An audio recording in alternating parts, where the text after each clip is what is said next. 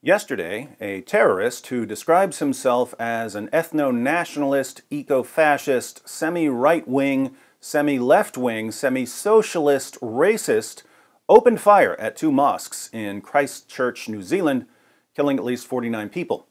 The world is shocked, but to me the only surprising feature of this attack is that it occurred in New Zealand. Apart from that, I've been predicting attacks like this for years. And you don't need to be a genius to predict these attacks.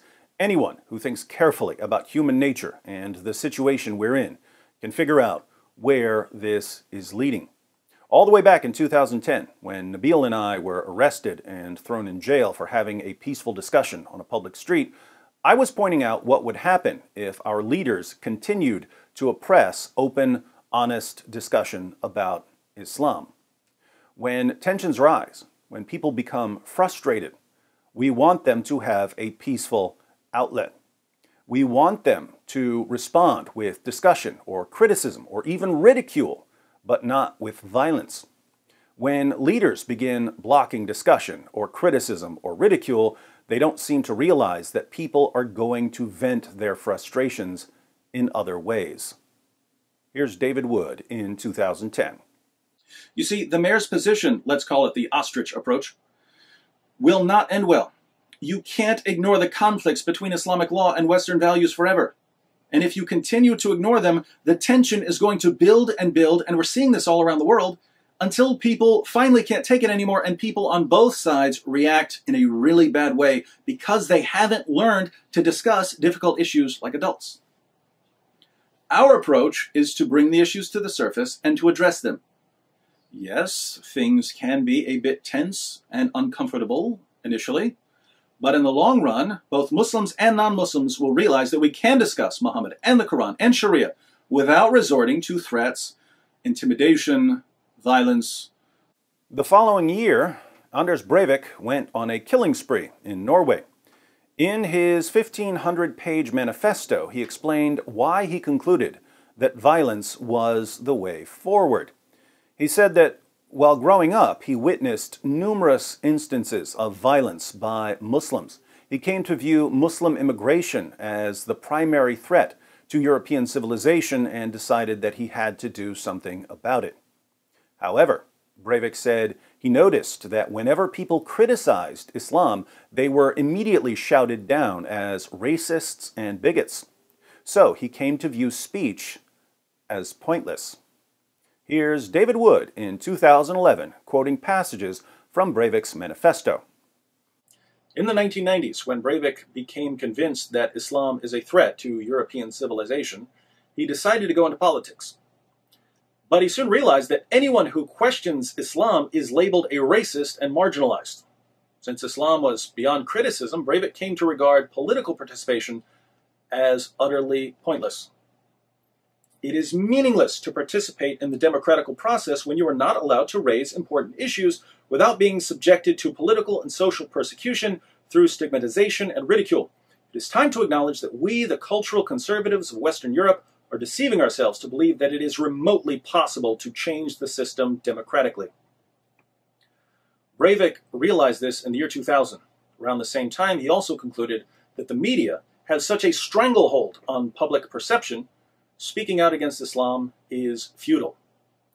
There is no freedom of speech in Europe. If you don't cheer and embrace your own annihilation, you are a racist bigot, an enemy of the establishment, and must be suppressed, ridiculed, undermined, and persecuted.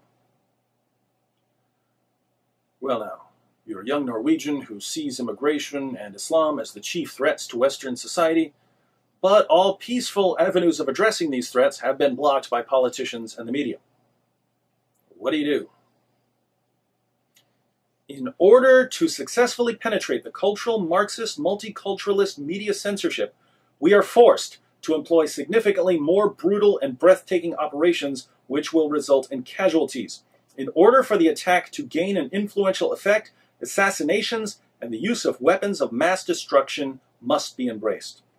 The primary goal of the shock attacks is not the immediate physical manifestation of the attack, destroying a few buildings, killing a few hundred traitors, but rather the indirect effects. Shock attacks will have the potency to penetrate the strict censorship regime of the cultural Marxists, multiculturalists. The purpose of the violence is to break through the protective wall the media has constructed around the topic of Islam. Now, Breivik apparently has some mental health issues, but that doesn't mean that other people won't come to the exact same conclusions that he came to. So, I've been warning people for years that we're going to see more of this. Think about it. Lots of people are concerned about the spread of Islam. They're worried about their children. They're worried about terrorism. They're worried about rape gangs.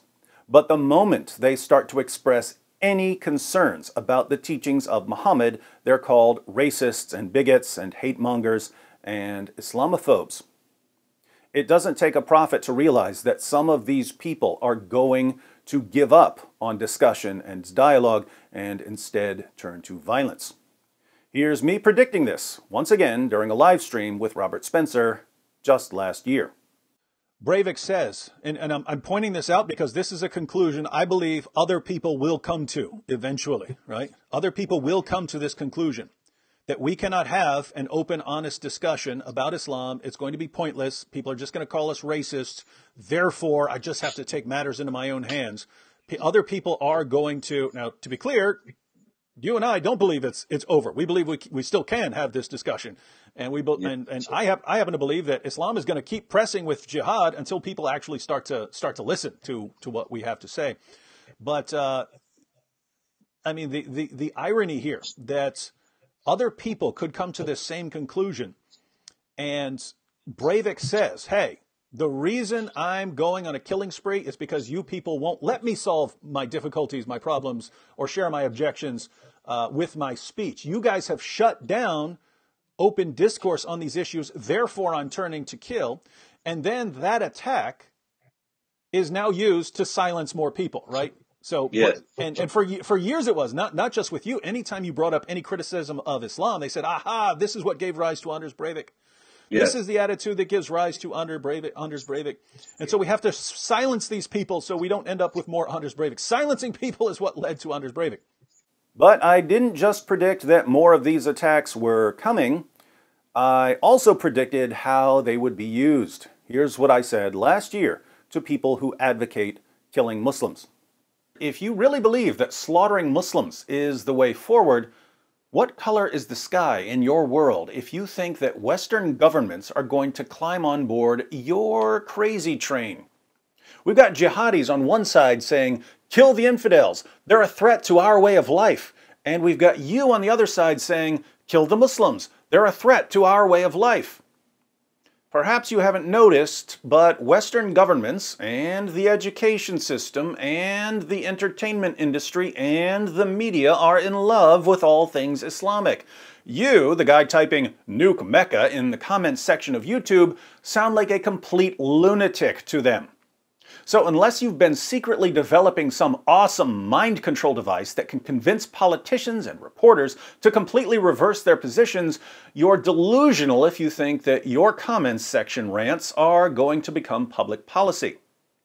But maybe you're not counting on the government at all. Maybe you're counting on the nut job you see in the mirror every morning. Maybe you're already typing, I don't need anyone else. I'll just kill them all myself. Newsflash. Going on a killing spree yourself is even dumber than counting on the government to do it for you. What could you possibly hope to accomplish with your killing spree? Governments around the world are pushing for new laws that block hate speech against Islam. If you start killing Muslims, guess whose crime is going to be Exhibit A for every politician trying to protect Islam from criticism? Yours, genius. Nothing you could do in life would help the global jihad more than violently attacking Muslims. Beyond that, whatever idiotic ideology is rolling around in that head of yours, politicians and the media will lump your views together with people who condemn violence. Politicians and the media won't say, oh, there's some violent loser who attacked a bunch of Muslims, unlike most critics of Islam who condemn violence and criticize Islam peacefully. Instead, they'll say, see, this is what people who criticize Islam really want. What's terrifying now is that the Christchurch terrorist is aware of how his attack will be used. He discusses it in his manifesto. He's thinking about this in a different way. He wants to speed up the process of radicalization on both sides. He wants his attack to be used to silence people so that these people will give up on peaceful criticism and turn to violence. He wants violence to escalate on both sides until there's a war. He wants a war because he's convinced that a war is the only way to stop the advance of Islam. To be clear, the Christchurch terrorist says that he isn't really concerned about Islam as an ideology or Islamic culture. He's simply concerned that high birth rates among Muslims will lead to the marginalization and eradication of whites. He says he's not scared of Islam, he's only scared of the high birth rates of non-white Muslims. So here we have a man who knows how his mosque attacks will be used by people who want to silence critics of Islam. And he admits that he's carrying out the attacks to fuel division, speed up the conflict, and get a violent revolution. And how are politicians and journalists and activists responding? They're responding by doing exactly what the Christchurch terrorist wanted them to do. Politicians and journalists and activists are puppets. And now we've got terrorists as their puppet masters. Stay tuned because I'll be live tonight at 6 o'clock p.m. Eastern Time with Robert Spencer, then again at 8 o'clock p.m. with the Apostate Prophet, and once again at 10 o'clock p.m. with Abdullah Samir. We want to get everyone's input on this, so hope you'll join us.